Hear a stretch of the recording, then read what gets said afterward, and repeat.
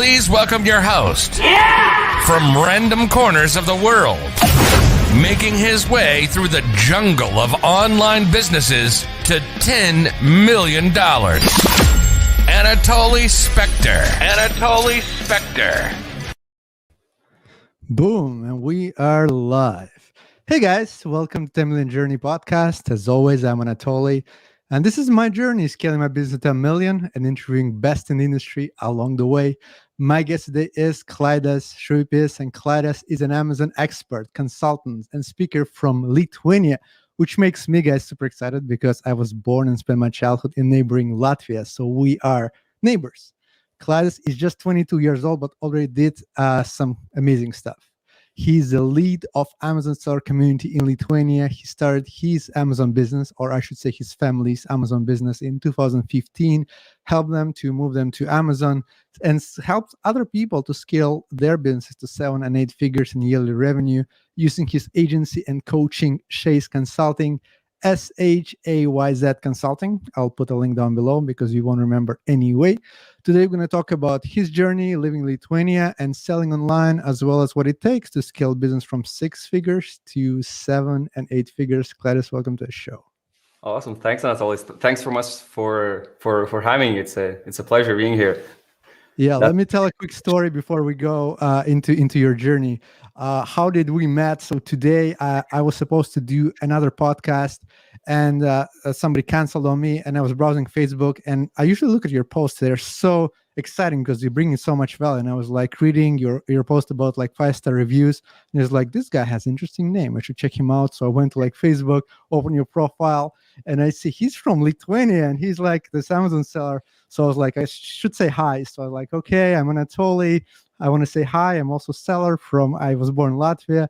And then we started like back and forth. And we were like, went to this stream of like messages. And then in the end, I'm like, I should invite this guy to a podcast because he is so cool, brings so much value. But I just have an opening today because I'm leaving soon Europe. And he's like, I'm going to come, which does not happen very often. So thank you for being that flexible. And I'm very, very excited to have you. That was a perfect way to liven up my Saturday. I mean, today I was doing an audit for a 7-figure seller, and like all day just writing stuff.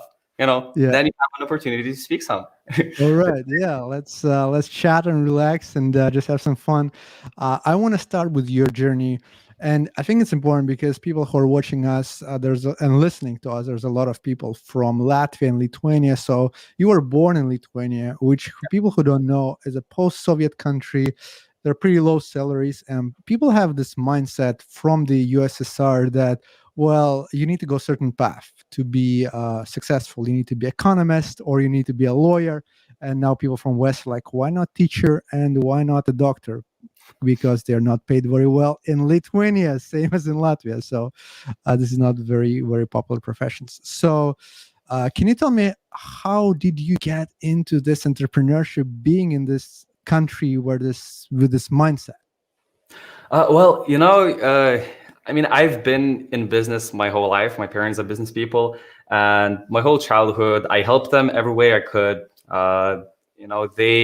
They did some amazing things in the country, and I never, had a hard life in terms of money. Like, we had enough to eat. Like, I think that was the most important thing.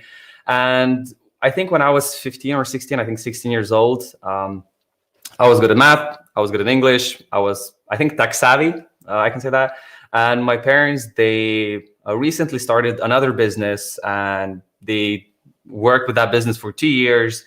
They are a manufacturer of a very, very particular niche product. And they decided to, go to Amazon, go to e-commerce, start expanding and selling to not only businesses, but to customers as well. And my dad, he tried to understand the Amazon sphere, to work in it, try to list the products. But he realized that there's just so much work to do. And as a CEO of a few companies, like, you can't really dedicate your time to listing your products on Amazon on a venture that you have no proof that it's going to succeed, and the time might be wasted or might not. So he asked me, or rather he promoted me to an e-commerce manager. So right. manager of the whole e-commerce department that consisted of one person, which was me, in the whole company. And basically, that was how I started. I was just put into the Amazon's world, and I started Amazon, eBay, Etsy, and I saw that Amazon had the most potential, and we kind of concentrated most of the resources and most of my time into understanding and perfecting our account, the sales and everything. And it's kind of kicked off from there. That's how my journey started. Like, I was still in school, working weekends, summers, and holidays. It wasn't too much. And I definitely didn't think that this would be my career path, because I went to university, I served in military. I didn't think that Amazon would be something that I actually, had as a plan A and had as a business. I actually wanted to be a programmer. I studied computer science. I thought it was going to be a programmer, maybe make a program for Amazon and have it as my bachelor's work. But things turned out a bit differently. 100%. I probably should ask this to your dad, but he's not here, so I might ask you, did he tell you, how did he stumble into this opportunity on Amazon? Because 2015 is where was not as popular as it is now, for sure. I don't think there was any courses or anything about it. Did he have connections, or how did he stumble into that? No, there were no courses. Or, I mean, there was amazing course, but I didn't have the money to pay $4,000 or $5,000 course. I don't think I ever took an Amazon course in terms to learn something. And YouTube was pretty scarce as well at that time. And I think he just started searching online on basically where you can sell. What are the biggest options? What are the easiest options to, grow your business? And I think he just stumbled on Amazon. And that's how it started. But yeah, there was, for 2 years, or 2 or 3 years, I've been just working on that business, learning, reading all the terms of service, trying to understand what Amazon is saying. And that's the way. Okay. So let's talk about that. So you worked for a couple of years on that business. Can you share any, how much did you grow it, and what was it before it started doing Amazon, and what happened when you moved it to Amazon and other platforms? Well, business itself, I can't talk about the scale of it, because I personally didn't really went into off Amazon and off e-commerce. So I really have no idea in terms of sales and revenue how big outside of Amazon was. But on Amazon, we started with, I think, 400 SKUs. No agency wanted to take us, by the way. No agency wanted to take that account. Because the niche was small, and there's a lot of SKUs, there's a lot of work. And the agencies, we charge percentage plus a fixed fee. So they at that time, no one really wanted to take that account on. And I think in 2 years, it took us 2 years to reach the first $1 million in sales in the US. Our profit margin at that time was 40-50%. Now the ACOS is not 6%, it's 20 or something. To $1 million in 2 years. And before COVID in 2019, that was our biggest year, because COVID doesn't like our product, so it kind of went down. So in our biggest month, we did $520,000 only in the US. So you sell all over the world, like Amazon UK as well, and Amazon Europe, everywhere, US, Canada. We do sell in Japan, and we are kind of preparing stock for Australia now. We don't sell in India, because you need partners in India. You need an Indian company, and there's just too much complexity. And our product, our product has a ceiling, but we are leaders in that particular niche. Yeah. So for people who are more advanced and beginners, let's talk about what it takes to sell in different countries. I just sell in US, but let's say if I would want to sell in UK, and just for the context, you are doing private label, you're not doing wholesale or retail arbitrage. So we are talking about private label today. Yeah, private label. So can you walk me through what it takes to, let's say, sell it in UK and Canada? What's different? Well, I can take Europe in general right now. So Just right Europe. now, one of our clients from the US, it's a US company, we are expanding in Europe, and basically what we need, the biggest barrier to entry is the VATs. So if we want to keep stock in that particular country, we have to get the VAT. It's like sales tax, but in Europe. So we have the Yeah. value added tax, and you have to get it in each country where you're going to keep stock. So that's 7 VATs. Wow. It's a lot of money. It's a lot of money to pay upfront to get those registered. Plus, it's a lot of money to keep them. The taxations, the bureaucracy and stuff. Amazon thankfully offers that as a free service for the first year, and that particular service reputation has increased. So we are trusting them now. So first, you need the VAT. Now with Brexit, it could be more difficult. Yeah. But we actually didn't have a lot of problems sending the first batch, the first box to the UK. So this was the first shipment we did. We needed to do a shipment to the UK marketplace before we got our VAT to expedite the process to get our VAT. And I think it reached UK in 5 days, and 2 more days, and it's in Amazon. Like right now, we have stock and we send products in the beginning of this week.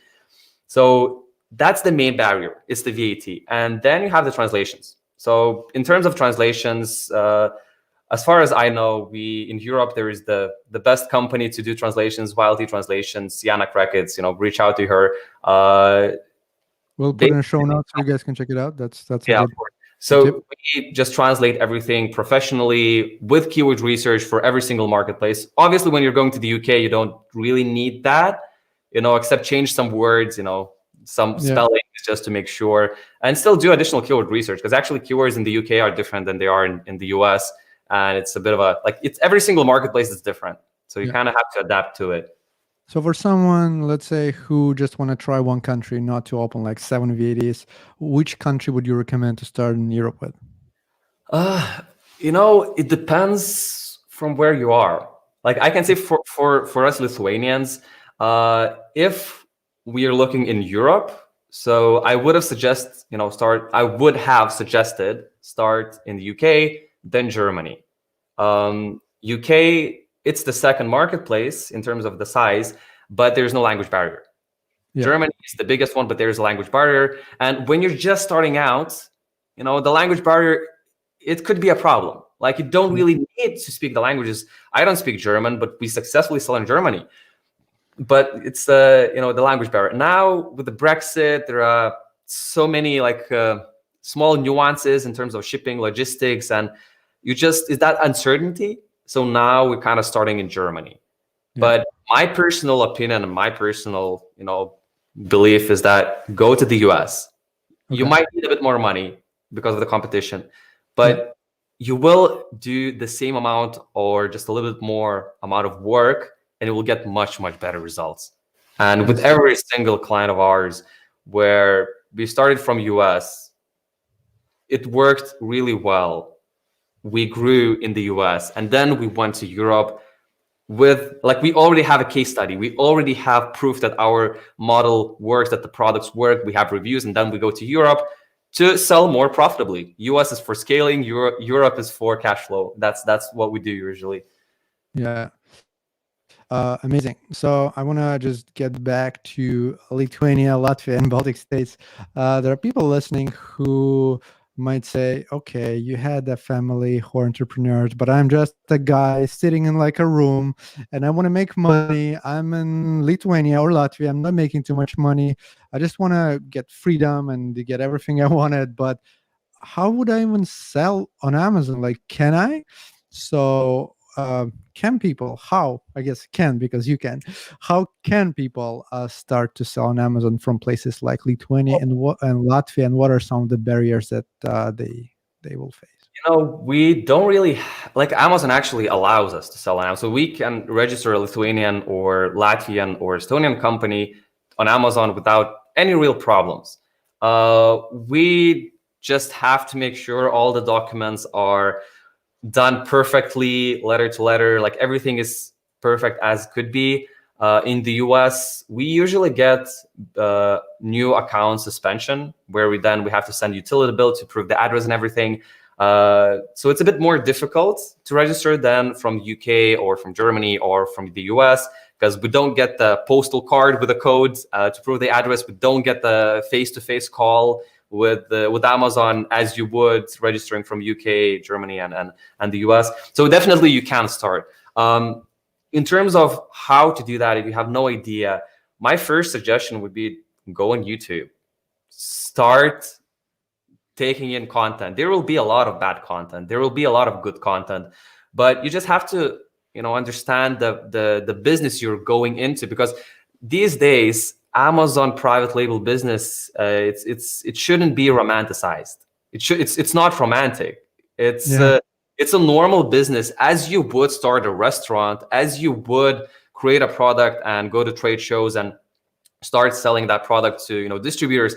It's the same business. You have to put in research work into your education, into your product, to really understand what you're doing. But don't. There's a term like paralysis and paralysis over paralysis, right? So don't paralyze yourself with the amount of information. You have to start, but make sure you have at least enough data and information to start. You might even check up a few courses on Udemy, or you might buy an overpriced course for $2,000. It doesn't matter, right? Yeah. You just need the technical information. You just need something to begin with, and create your product, or find the local manufacturer that has a product that's not on Amazon yet, and you just start on a budget and just start. That's the way to go. We're going to talk about tactics, how to find products in a second. So if you guys want to know that, stay here. Also, if you have any questions you want to ask Klaidas or myself, you just post it in Facebook or wherever you're listening, but make sure you allow StreamYard. Go streamyard.com/Facebook and just allow it, and then I'll see your questions so we can answer them. But let's continue on that thread. Somebody asked on one of the groups recently, and I think that's a good question that people are asking a lot. Well, so many sellers are joining Amazon every day. I think like millions of sellers are on Amazon. It's like crazy. So a lot of people thinking, well, if this is the case, I'm not going to make money anymore. Like it won't happen because, well, there's so many of them. What can you tell these people? Well, in a way, they're right. More and more sellers are coming in. There are more products being put up. The competition is bigger. You have to understand more than most to succeed. And, there is a rate of 5% of people actually succeeding on Amazon. So you always have to count these things in.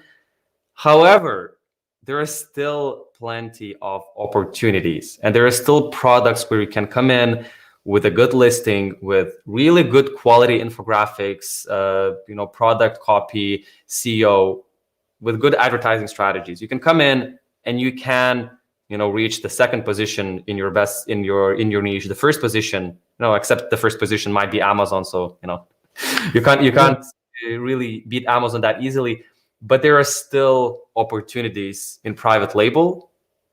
But just don't you have to create something. You have to add value. So if you just do your copycat business model and you just copy all the other sellers, and you are just the same product on the search results page, it's not going to work.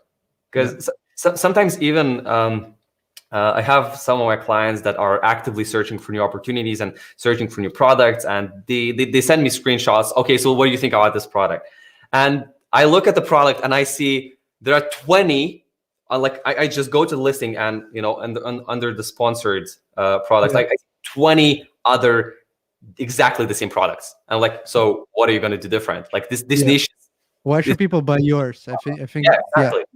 It's a very powerful question. And for I guess I'll say the same story 100 times, but I will because it's just so important. Like when I started selling, I went and bought a course that was very expensive, but I committed, and the course said you just find what sells well and just sell the same thing. So I was looking at the toy category, and I would see like green binoculars, kids binoculars. So like green binoculars are selling so well, so I'm just gonna go and sell the same green binoculars because this is a color sells well, this is a product sells well, and I didn't know more because like nobody told me. Just like look for numbers. I found numbers worked well, and then we're like, but let's differentiate and let's add. I'm like, I asked my manufacturer, what can we add? And he's like, this small magnifying glasses, you can add that. So we're like, okay.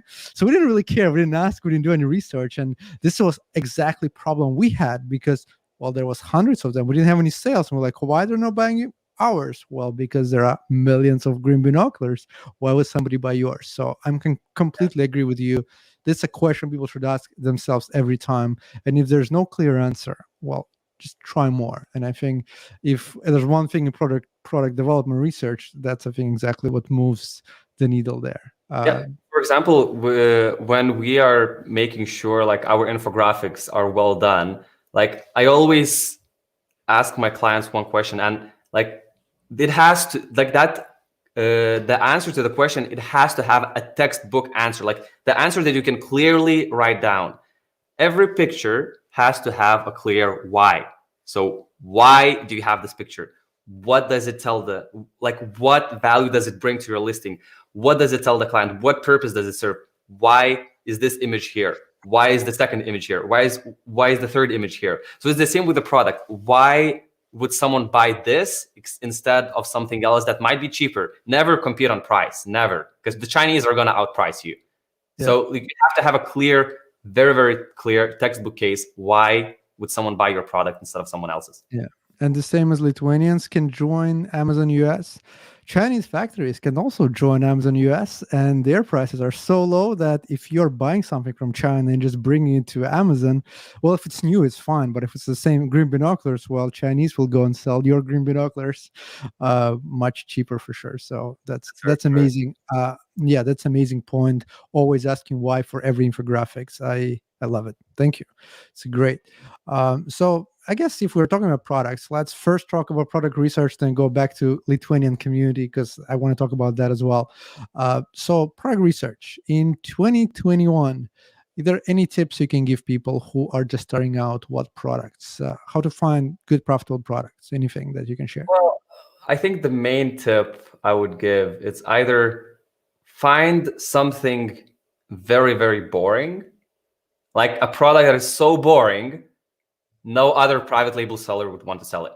Something that's everyday use, something that's not interesting in any way, something that's boring. Usually those products, they might have low competition, or they might have high competition, but all the competition would be the old companies, the real world companies, the real world businesses that just put their product on Amazon and they're just selling easily without no effort. So they might be doing shit PPC jobs. Like they might not have good infographics. They might not have a good listing. Oh, my camera. They might not have good SEO. So just look for boring products that have either low competition or that have real world businesses that don't really do a good job. Wait, let me get my camera set up. Yeah, it's okay. Klaidas have to update his camera every 30 minutes because keep on shutting down. But yeah, so but with product research itself, like I run an agency and we don't really do product research ourselves, so I might not be the best person, to ask this. We more concentrate on growing the accounts and scaling the accounts, the PPC, all the technical stuff. But boring products, find companies find products that are that real world businesses are selling, but you can do a better job at selling and concentrating on Amazon. Amazing.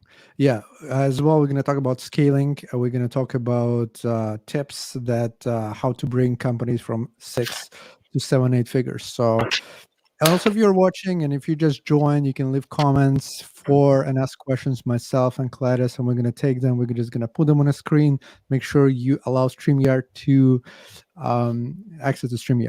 So the question I want to ask is, I really feel warm about Baltic countries. So I don't know nothing about their communities, and you're the only person I know now who sells on Amazon and is from there. So can you tell me more about Lithuanian Amazon community? Well, when I started putting myself out there 2.5 years ago, because I was in military, I came back from the military, started university, and then I kind of started getting into Amazon communities. We only had like 600 or 700 people in the group, and it wasn't really popular. Like Amazon itself, it wasn't popular. It wasn't something of a hype. It was already in the US, Europe. It was already something that's like, wow, we got to get in on this. And Lithuania, it's not. It's something that's far away. It's something that's scary. It's something that you just don't know anything about. And some people, they don't speak English, so there's no information for them. So I started writing, started posting technical posts, technical blogs in our group. I started speaking in Lithuanian business conferences, like Amazon-related conferences.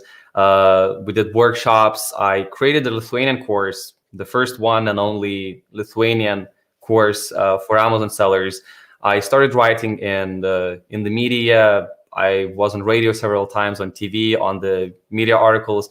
And basically the group, like our community, small community, grew to 4,000 members, which in a country of 2.9 million people, That's a lot.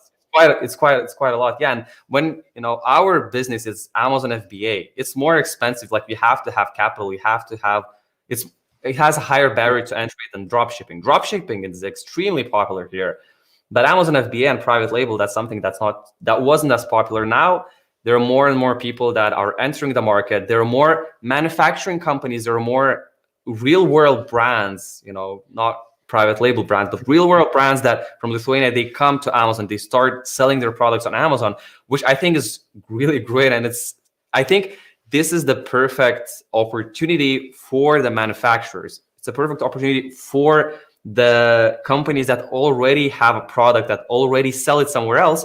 And for them to enter Amazon, it's not as expensive as from someone, starting from zero. So that's where Lithuanians, like we, more orient. Most of the sellers here are the ones that have normal businesses and they just start selling on Amazon with their products. But there are definitely some 7-figure sellers. There are 6-figure sellers that are one-man show or just a family business. They found a product, the traditional way, and started selling on Amazon. And for some, it worked out well. For most, it didn't. As always, that's the statistics. But it's definitely getting more and more popular. Amazing.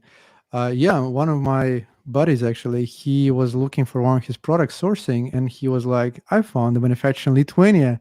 And then I was so excited. I'm like, I didn't know that Lithuania is that big in manufacturing, but amazing product. And people speak English very well. They stand it all, and he's now selling it into US, and he's working with them very well, and he's selling his product. And he's sourcing in Lithuania. So that's the first time I heard that it's big, but it makes total sense because the labor costs are not as high. So in those countries like Lithuania, manufacturing, well, quality could be higher. And well, for us, usually like when you find a product, that you would want to sell, you talk with China, sometimes you talk with Indian manufacturers, but then you go to Lithuanian local manufacturers.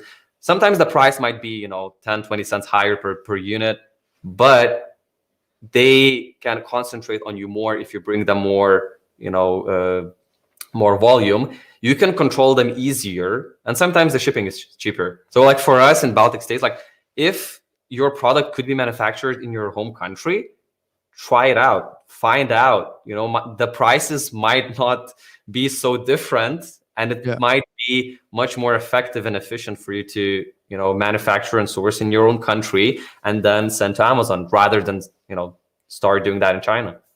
And in the end of the day, it's all about building relationship.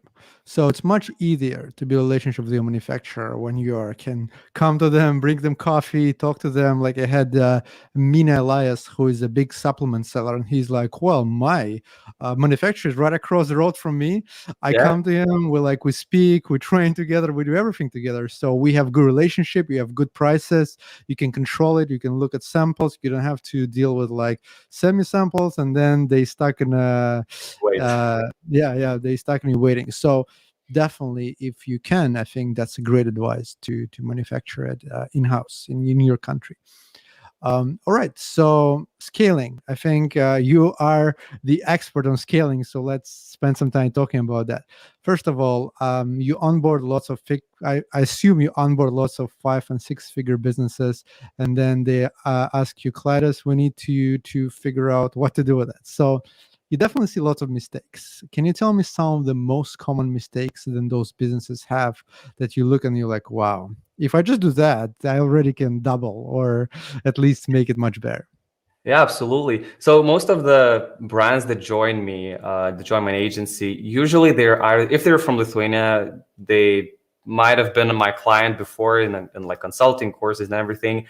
But usually they are about 30, 50K a month sellers when they reach a plateau. And when you reach a plateau, that means usually that either your cash flow is too poor and you can't, supply the cash to grow the business, or you just miss out on the knowledge, or you just don't know what to do and how to grow that. So most of the clients that come to me, they reach a plateau at a certain point.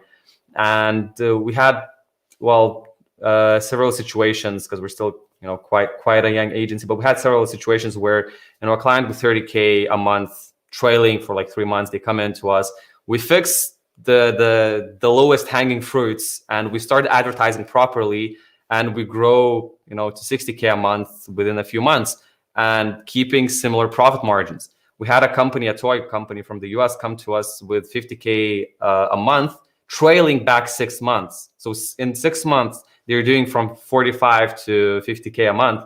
And the first month we started, working and we started fixing everything, it just grew to 100K, additional 30K profit in a month. And obviously, these are the situations where you can fix a lot of things. Yeah. There are room for improvements. And for example, with that toy company, like we grown to $1.2 million in revenue in December only with 40% margin. Wow. But they had the cash flow, they had the products, and they had what it takes in terms of cash, good quality products. And they hired us to actually grow that. So the first things that we look at, it's the conversion. Obviously, when you're paying for traffic, you want to make sure that it converts well, so your ad dollars are spent well. So infographics, number one thing, infographics. Like I said, every single image has to have a why. Title, bullet points. So we look, if a person comes to the listing, how easy is it for them to understand what your product is, how it's gonna help them, how it works. And usually the copy of the listing has to entice some sort of emotion. If it entices some sort of emotion, then the prospect is most probably gonna buy the product. Yeah. After that, we check the reviews. The first review page, it's fixable. There are service providers that can fix that. You either do the upvotes, whatever. I don't care what you do, but the first review page, it has to be all 5 stars, or we sometimes leave a 4-star or 3-star review if it's in depth and it actually deters the wrong customer from buying our product, right?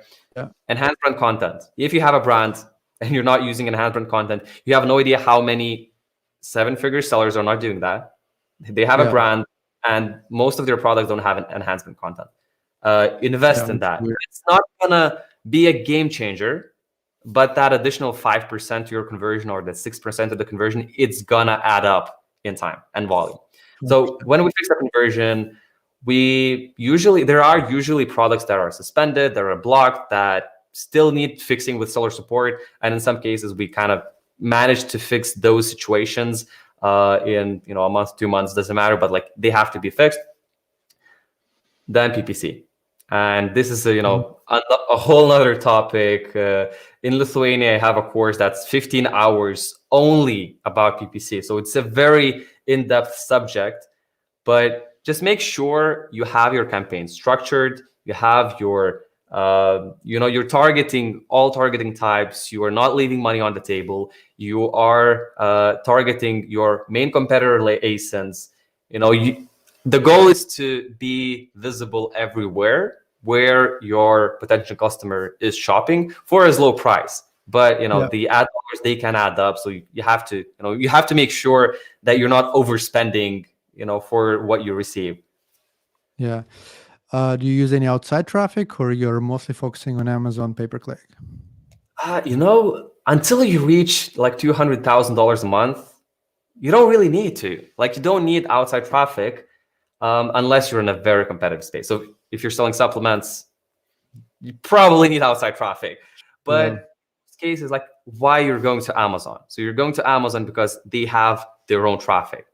Yeah. And for us, as an agency, we kind of concentrated more on Amazon in-house programs. So we're advertising PPC only Amazon in-house. But when our clients, when they have email lists, when they have an agency that they work with for Facebook ads, if they work with an influencer agency, doing content on Instagram, TikTok, that's also great. That's fine. It's perfect for the launch. But long term, I would rather send the traffic from outside of Amazon to my own website where I don't have to pay 15% from Amazon. But for the launch, it's definitely a preferred thing to do. But you can 100% launch your products only with PPC. Slow and steady wins the race. You don't really need to grow from the very beginning. You don't need to sell 1,000 units the first month. Yeah, actually, it's a bad thing when you sell too much because you run out of stock, and then you are in much bigger hole than you started because you spend so much money on launching, and then you start again completely with you. Let's talk a little bit about launching. So what would be your strategy? Let's say you have a company that has brand content, everything is good, all low-hanging fruits are taken and eaten, and then they would launch new product. What would be in 2021 your strategy to launch new product? I actually filmed the YouTube video about this that I'm gonna post on Tuesday.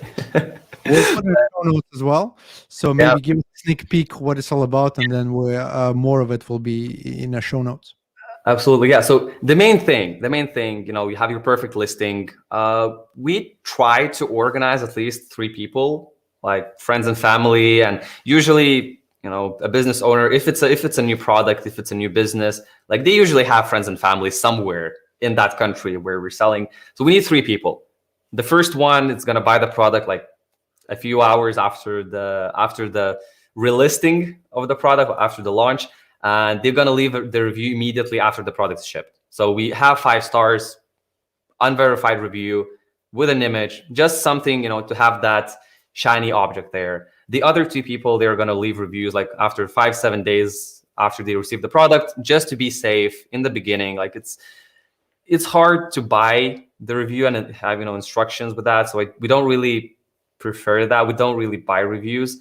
We use early reviewer program and Vine program if that fits us. But we just make sure that we have 3 sales at the top price, at the price that we're going to be selling, RRP, or manufacturer's recommended retail price. Then we lower the price to our launch price, because not in all the niches, but in most niches, you kind of want to have a lower price for the launch. There are some products that we're saying, no, we're not going to cheapen ourselves out. This is not the way our brand goes. But if you're in a competitive niche, we lower the price. And when we have at least 3-4 sales with a full price, after some time, we get a slashed out price. So that's the first thing, conversion, right? Once that is done, in terms of PPC, the most important thing in the very beginning is product mapping. So we want to map out the product. We want to show Amazon what our product is. And we actually don't even enter the backend search terms, the generic keywords in the backend, just to not confuse the algorithm. And we launched 2 campaigns: product targeting, keyword targeting. Each campaign has 5 targets, exact match, high placements, high bids. So 5 keywords that are the most relevant to your product and are the highest volume, basically. Okay. We usually put in one of the keywords that's not super relevant, but it's like the main keyword for the category. But again, it's case by case situation. And we launched those 2 campaigns. It can take about 3 days, 5 days, sometimes 2 weeks until we get sales from every single one of those keywords. We want to make sure that we're getting traffic from those keywords, we're getting clicks, we're getting sales from keywords and ASINs. So we're kind of showing Amazon and forcing Amazon to map out the product to the keywords and ASINs, so it knows exactly what it is. After that is done, we usually check Cerebro on the amount of keywords that we're indexing. Obviously, this is very broad. The Cerebro, it's not precise, but we just want to make sure approximately how many keywords we have, where we are indexing according to Helium. If that is all good, if we see that okay, so we have a good amount of keywords compared to our competition or to our niche, then we launch an auto campaign. 1 ad group, all 4 targeting types. Again, high bids, exact bids. So like if the average bid is like $1.5, we're paying $2 for a click. So we want to make sure, we want to force the algorithm. And the auto campaign, we run it for either 24 or 80 or 48 hours, so 1 or 2 days, and we turn it off. After 1 more day, when the search terms data is in, we look at the search terms. We look exactly where Amazon put our product, just to make sure, again, that it's working, and we already have some data. So we're not starting with an auto campaign. We're not starting with broad matches. No, it has to be as precise as possible. And when you mapped out the product, you launch an auto campaign. And usually this works well. We're not really ranking yet in the first week, 2 weeks. We're not ranking. That's not the goal. The goal is to map out the products, to show the algorithm what it is. And once we see from the auto campaign that it's done, that Amazon understands what the product is, that we're getting relevant ASINs, we're getting relevant keywords, we turn all of those 3 campaigns off. We turn them off and we start normal generic type campaigns. We do prefer putting 1 match type in 1 campaign. So we have, for example, top 25 keywords that we are gonna base our advertising on in the very beginning. We don't want to go too broad at first. So we create 3 campaigns, broad, exact, phrase match. All the negatives have to be correctly assigned. And then we kind of put the normal bids. In terms of the auto campaign, this is also kind of dependent. If you have like 300 products, you would probably not do that. But if you have 1 or 2 products, you would need to create 4 campaigns or 8. Like we usually create 8, but you can create 4 campaigns. Each campaign has a specific targeting type, lose match, close match, substitute, supplements. So you can actually monitor and edit the placements, which is a really powerful thing, the placements and the budget for each targeting type. So, you're not leaving money on the table, or you make sure that you're not wasting money, because that can be with lose match sometimes. And if we have a product where we can put in more concentration, we actually create 4 more automatic campaigns with a lower bid, but with a higher budget. So when the auto campaigns with the lower budgets, when they spend out the money, the lower bids kick in. So we kind of still get the ad sales, but at the cheaper cost. But basically, in terms of the launching, you have to map out the products, and whatever you do after that, however you rank, it's your business. But we usually, once we start our normal campaigns, we're getting daily sales, and it's taking the strategy that we use is slow and steady wins the race, because usually we don't really, because we're not working with our own money, right? So we have a lot of responsibility to make sure that the client's budget is spent wisely, and most of the clients, they don't really want to scale incredibly high, like incredibly fast. So we're just taking slow path, steady growth, controlled growth, nothing crazy. And when the client is ready, we set up a business plan for the current account. Okay, so we're investing $10,000 this month, $20,000 that month from the profit that we already made, and then we're scaling the business. But at first, it's all about the slow and steady wins the race. You don't need to be, doing, like, rebates can help. That's not what I'm saying, but you don't need to be doing a shit ton of rebates, because it's a popular thing. In Lithuania, this is very unpopular. Okay. I don't know why. I think it's a methodology of something like giving away stuff for free, but rebates can help if you are on the side of the sellers that are doing rebates. They can definitely help to map out the product, to rank your product, but just don't overdo it. That's my suggestion. Wow. Yes. So much value. And yeah, my mind is blowing right now. I'm like, it's spinning. And I'm like, okay, how should I take it? The question I have about it, and I don't know if you mentioned it or not, maybe it just slipped my head. But when you're mapping up the product, I understand you're doing those campaigns to provide the good keywords. And so people click on it and then Amazon understands what it is. How do you check? Do you use Cerebro or Magnet tool then or brand analytics to check if you're ranking for those keywords, or you have something else? Oh, the ranking. Well, yeah. For the ranking itself, we're using Helium 10 keyword tracker. Okay. I know that there are others, but we're stuck on Helium. And we as an agency, like for us, it's $90 a month or $80 a month. It's not a big deal. Most of my clients, they aren't using Helium. It's not worth for them because we're kind of paying that cost. And I don't think that for most sellers it's needed, actually. The full paid version from all the tools, that we recommend our clients do have and use, it's Seller Board for profit analysis, for profitability analysis, and Helium 10 Cerebro, and if needed, if they actually need that, keyword tracker. But you don't like the mapping phase. Your goal isn't to rank on those top 5 keywords you were picked. Like in some cases, if you're selling something that's in competitive niches, you're not going to rank there. You have no right to rank there. Your products are still too young to be on the top keywords.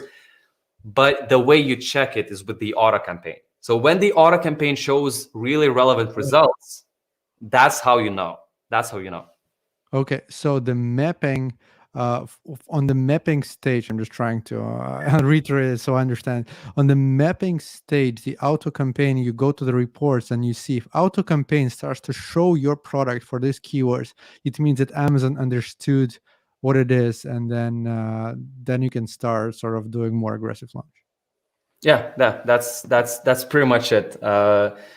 Just well, you don't need to go to the reports. You can just go to sellers to the advertising console, like it's already in the campaigns. Mm-hmm. But yeah, that's pretty much it. Okay, yeah, that's actually really good because I would I would wait for it appear in Helium 10, but you are right. The auto campaign knows much earlier when my thing starts to map out. So Cerebro, they give that data as well, but it's very, very broad and it's not correct. Like we just want to make sure with Amazon, like using Amazon internal tools, like best way, it's to use what Amazon provides. Yeah. Just a couple more questions, PPC. So for your clients or for anyone you take accounts from, what are some of the most common practical mistakes you see that people make that they should not ever do with PPC, Amazon PPC? Something like, no, this is not right. Don't do that. I would say I can't specify as being as a per mistake, but the lack of structure to the campaigns and the lack of proper naming of the campaigns, it can be a pitfall. We always want to make sure we're targeting all the targeting types, broad match, exact phrase match, and we want to make sure that we have them separated.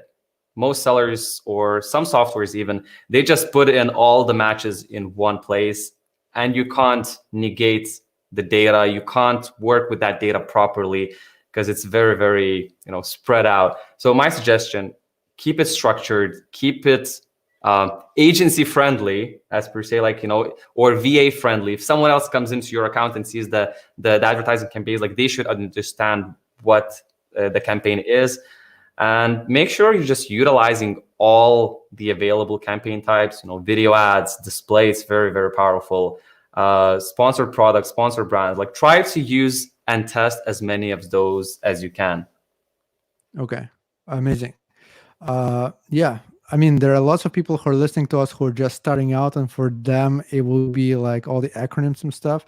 If you're one of those people and you're listening or watching that, I recommend you just think about it. Have something that on the back of your mind, but because when you start doing PPC, just go back to this audio or video, and it will make more sense for you. But this is goldmine. Thank you. This is a lot of amazing info, and I talk to people about PPC a lot, and I learned today a bunch of things. So very Yeah. very good. Just one more thing, like I will need to go in about 5 minutes. Yeah. Okay. So I should have told you before. yeah, that's fine. So we'll go to rapid fire questions right away. So Absolutely. it's questions I ask our entrepreneurs, so you can ask them. You can answer quickly. Probably you will because you have to go. How did your life change when you start making money from from your business, or when you were just living on studying or being in army or anything you want? Take it any way you want. Well, I was living with my parents, so I didn't need to pay rent. I was good with food, so I didn't have that much monthly expenses per se. But when I started making enough to, sustain myself and buy whatever I want, I'm not speaking about Lamborghinis or all that fancy stuff, but when I just had enough money to not need to worry about money and not need to worry of how much something in the shop costs, I think then it kind of it set in like the freedom that you don't need to worry about your next payment. You don't need to worry about your office rent. You don't need to worry about the any other payments. Like you can go to eat out with a peace of mind that you're not wasting money, that you have enough and you're making enough to sustain that lifestyle. And for me, it was that. For me, it was freedom. So I don't have to work for someone else per se, and I just have the freedom to travel if I want to. And I did a lot of traveling before COVID hit, so I could travel when I want to. I can take a day off or a week off whenever I want to. I never do, but I have the ability and possibility to do that. So for me, it's not so much about the money. It's more about the freedom it gives me and the ability to just have fun and do what I want. Yeah. Let's get to the question I ask every entrepreneur, because I have to go and you're the right person to answer that question. Since this is my journey, I ask every guest to give me an advice. Currently, I'm doing about 20K from Amazon business, selling 2 products. I want to scale to 1 million, something that you actually do with your clients. And then I want to scale that business to 10 million. So knowing what you know, which is not a lot, I actually told you some of things before the show. So what advice can you give me? Branding. For most products, if you do a well enough branding, the storefront, Amazon posts in the US, wow, amazing thing, free, but do Amazon posts in the US. Make sure you're using display advertising with coupons. All these things combined, they will help your business grow. And then, from advertising side, I would say concentrate on stealing sales from your top competitors. Like make sure you have your top competitors, your top keywords in their own unique campaigns. Don't have them in your, in the campaign where you have like 300 other keywords. Make sure they're separated. Make sure you're always on top. Make sure you're always visible. And the way that we kind of grow the awareness and the way that we grow the products, we are just everywhere. The customer types in the search term. They see our sponsored brands. They see on very top our sponsored products. They might scroll a bit down. They will see our video. They might scroll down. They will see our organic ranking. They go into any listing on that page. They will see our display ad. They will see 1 or 2 placements of our sponsored products. If we have more products, they might see we sometimes even take on all the real estate on the sponsored products in product targeting pages. They will see our sponsored brands ad as well. So you're kind of visible everywhere. And if you really niche down to your top competitors, where you want to be visible and where you want to steal the sales from, that will definitely increase the sales and will increase the awareness and something for you to you can grow with that. Great, thank you. Okay, I know we have to run, so I don't have any more questions. Before you go, how can people find out more about you? Anything you want to share that's going on with you that people can check out? if you want to get in contact, if you have a brand on Amazon and you're looking for an agency to help you manage your advertising or to help you grow that brand, send me an email, klaidas@chaseconsulting.com, or just go in the show notes, subscribe to my new YouTube channel where I'm going to be posting the first video soon. And well, one more thing, follow me on LinkedIn. So I have started posting some great stuff on LinkedIn as well. So let's connect there, and you can reach out. I will put everything in the show notes. Klaidas, man, thanks for your time. You're a true inspiration, being born in Lithuania and just doing so much amazing stuff and sharing so much value for 22 years of age. My mind is blown, and I just wish you best of luck. And we're definitely going to stay in touch more and hopefully do more of this, because you're just bringing lots of value. Just fountain of value is just erupted here in this studio. So thanks a lot. Thank you so much for having me. I mean, it was a fun way to spice up the weekend. Amazing. Yeah. And for guys listening, you guys can subscribe 10 Million Journey everywhere, and I'll talk to you on next one. Bye-bye. All right.